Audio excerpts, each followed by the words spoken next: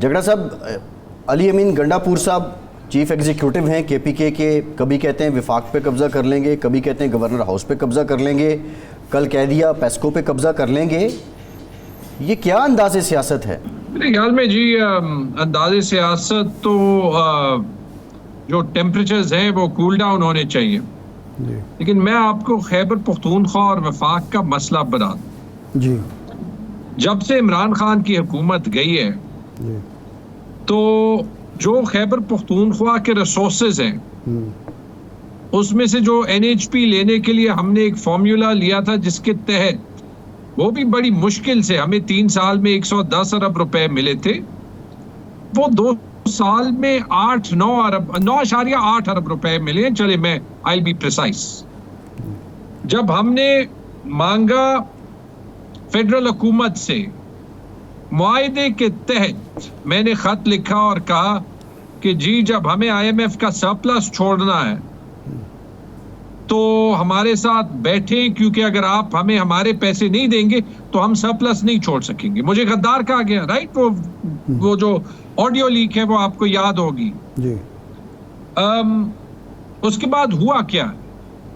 उसके बाद आप देख लें, खैबर पख्तूनख्वा को तो छोड़े, 2 साल में किसी सूबे ने 1 रुपए सरप्लस नहीं छोड़ा, और उसका नतीजा ये है कि 3 फाइनेंस मिनिस्टर्स बदलने के बावजूद आज IMF को वफाकी हुकूमत पे या हमारी ब्यूरोक्रेसी पे कोई एतबार नहीं है।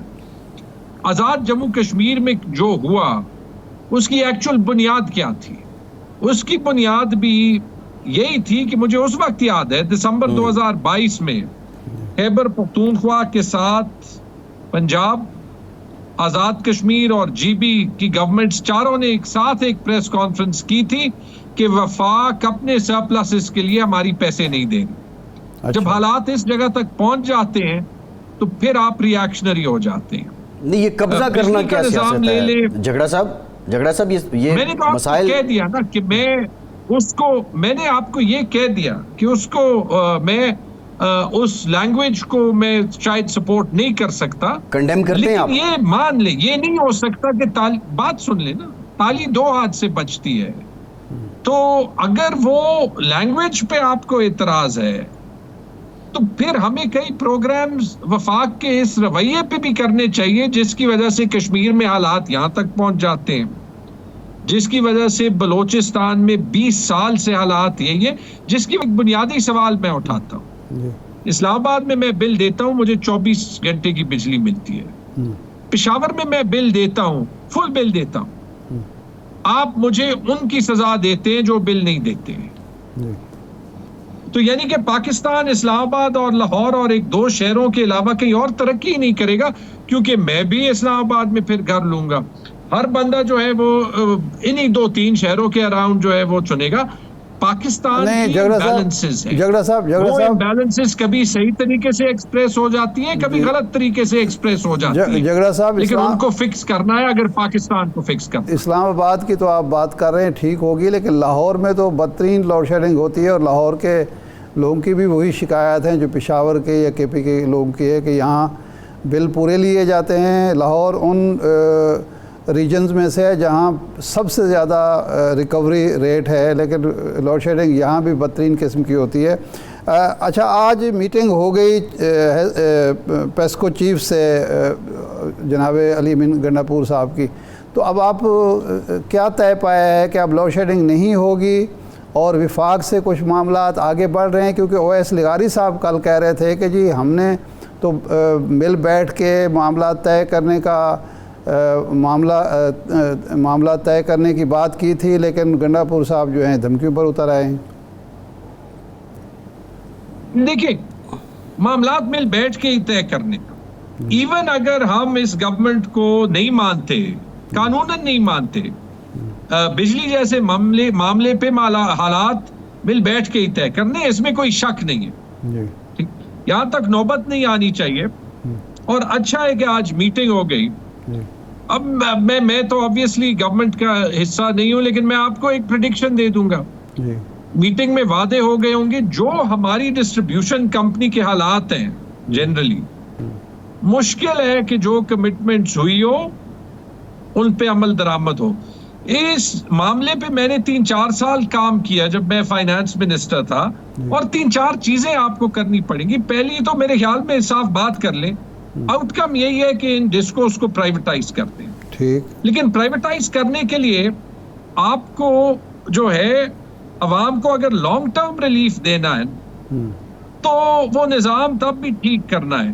खैबर पख्तूनख्वा में, पेशावर के बाहर और पेशावर के बहुत इलाकों में अब तो दिन में 1-2 घंटे की बिजली मिलती है, क्योंकि वो डीमीटराइजेशन हो चुकी है। अब उस मामले को हल करने के लिए बड़ी एफर्ट चाहिए। वफाकी हुकूमत को जो अक्यूमुलेटेड लॉसेस हैं वो एक्ट ऑफ पार्लियामेंट के थ्रू राइट ऑफ करने पड़ेंगे, क्योंकि वो जिम्मेदारी है वफाकी हुकूमत की। किसी से उन्होंने बिल लिया है, झगड़ा साहब एक जानिब देखें, झगड़ा साहब बात ये है, मैं सीरियस, एनएफसी में आप क्लेम करते हैं, कर लें, एनएफसी में आप क्लेम करते हैं कि ये प्रोविंस के रिसीवेबल्स हैं जो फेडरेशन ने देने। फेडरेशन ये क्लेम करती है कि ये केपीके की तरफ से रिसीवेबल्स हैं। अब पेस्को की बात करें तो 33,500 अरब रुपए बनते हैं जो अभी रिसीवेबल्स हैं। तो क्या ये जो डिस्ट्रीब्यूशन कंपनीज़ हैं, आप समझते हैं कि इनको अगर प्राइवेटाइज कर दिया जाए या इनको प्रोविंशियलाइज कर दिया जाए तो वो भी एक ऑप्शन मौजूद है, या अगर छोड़ने हैं, फेडरेशन ने छोड़ने हैं तो फिर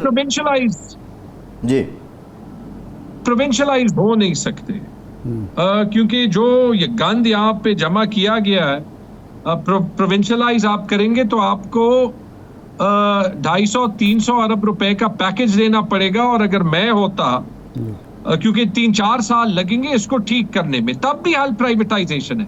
मसला हमारी ब्यूरोक्रेसी का है। जिसकी नौकरी पक्की हो जाती है वो तो ये समझता है कि अब नौकरी पक्की हो गई है तो इसके बाद काम नहीं करना ना, वो वफाकी हुकूमत में हो या सूबाई हुकूमत में हो। ठीक, तो प्रोविंशियलाइज करने से मसला हल नहीं होगा। पेस्को का वही मसला है जो PIA का है, पेस्को का वही मसला है जो रेलवेज का है, पेस्को का वही मसला है जो पाकिस्तान स्टील का है।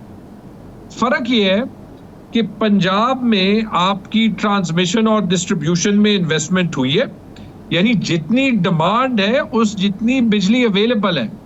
जैसे मैंने कहा, चूंकि खैबर पख्तूनख्वा में पेशावर के बाहर तो तकरीबन बिजली अवेलेबल नहीं है, तो लाइन कैरियंग कैपेसिटी 1.9 गीगावाट है, जो डोमेस्टिक डिमांड है वो 3.5 गीगावाट है।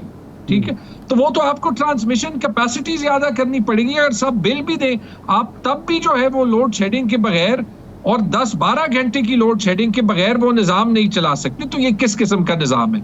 टेस्को की बात करते हैं, कबायली अजला के निजाम की बात करते हैं, उंगली खैबर पख्तूनख्वा पे उठती है। ये मुझे बता दें, 70 साल ये कबायली अजला वफाक की जिम्मेदारी रहे। तो अगर वफाक इतना काबिल है और सूबे में इतनी नाअहली है, तो फाटा में तो जो है वो जन्नत होनी चाहिए थी ना। वहां पे जो इंतशार होता है वो नहीं होना चाहिए था, क्योंकि वफाक तो संभालना जानता है। अब ये मैं पार्टीज की भी बात नहीं कर रहा, मैं आपको ये कह रहा हूं कि नाअहली या इशू सूबे या वफाक के नहीं है। हमारे इंस्टीट्यूशंस पेस्को की तरह इतने कमजोर हो गए हैं और हमारी विल टू फिक्स प्रॉब्लम्स इतनी कम है कि दिस इज नॉट इजी। अच्छा, ये जगह साहब ये फरमाएं कि ये तो हो गया विफाक और सूबे के दरमियान एक मामलात हैं जो मिल बैठ कर तय करने चाहिए। अब वज़ीर आला साहब ये बयान देते हैं कि गवर्नर हाउस की एक एनेक्सी में मैं महदूद कर दूंगा गवर्नर को, और उसके बाद KPK हाउस जो इस्लामाबाद का है वहाँ उसकी एनेक्सी पर कब्ज़ा कर लिया जाता है, या कहा जाता है कि वहाँ वो दाखिल ही नहीं हो सकते। ये लैंग्वेज क्या है, क्या कसूर है गवर्नर का? इसलिए कि वो आपकी पार्टी से ताल्लुक़ नहीं रखता और पीपल्स पार्टी से उसका ताल्लुक़ है। देखिए, मेरी ये राय होगी कि इन बातों से हम आगे बढ़े, और दोनों जो है वो कॉन्स्टिट्यूशनल रोल्स हैं। गवर्नर साहब को मेरी ये तजवीज़ होगी कि as representative of the federation आप ही 100-200 अरब रुपए का हक जो है वो वफाक से ले आए। हम तनकीद करने के काबिल ही नहीं रहेंगे।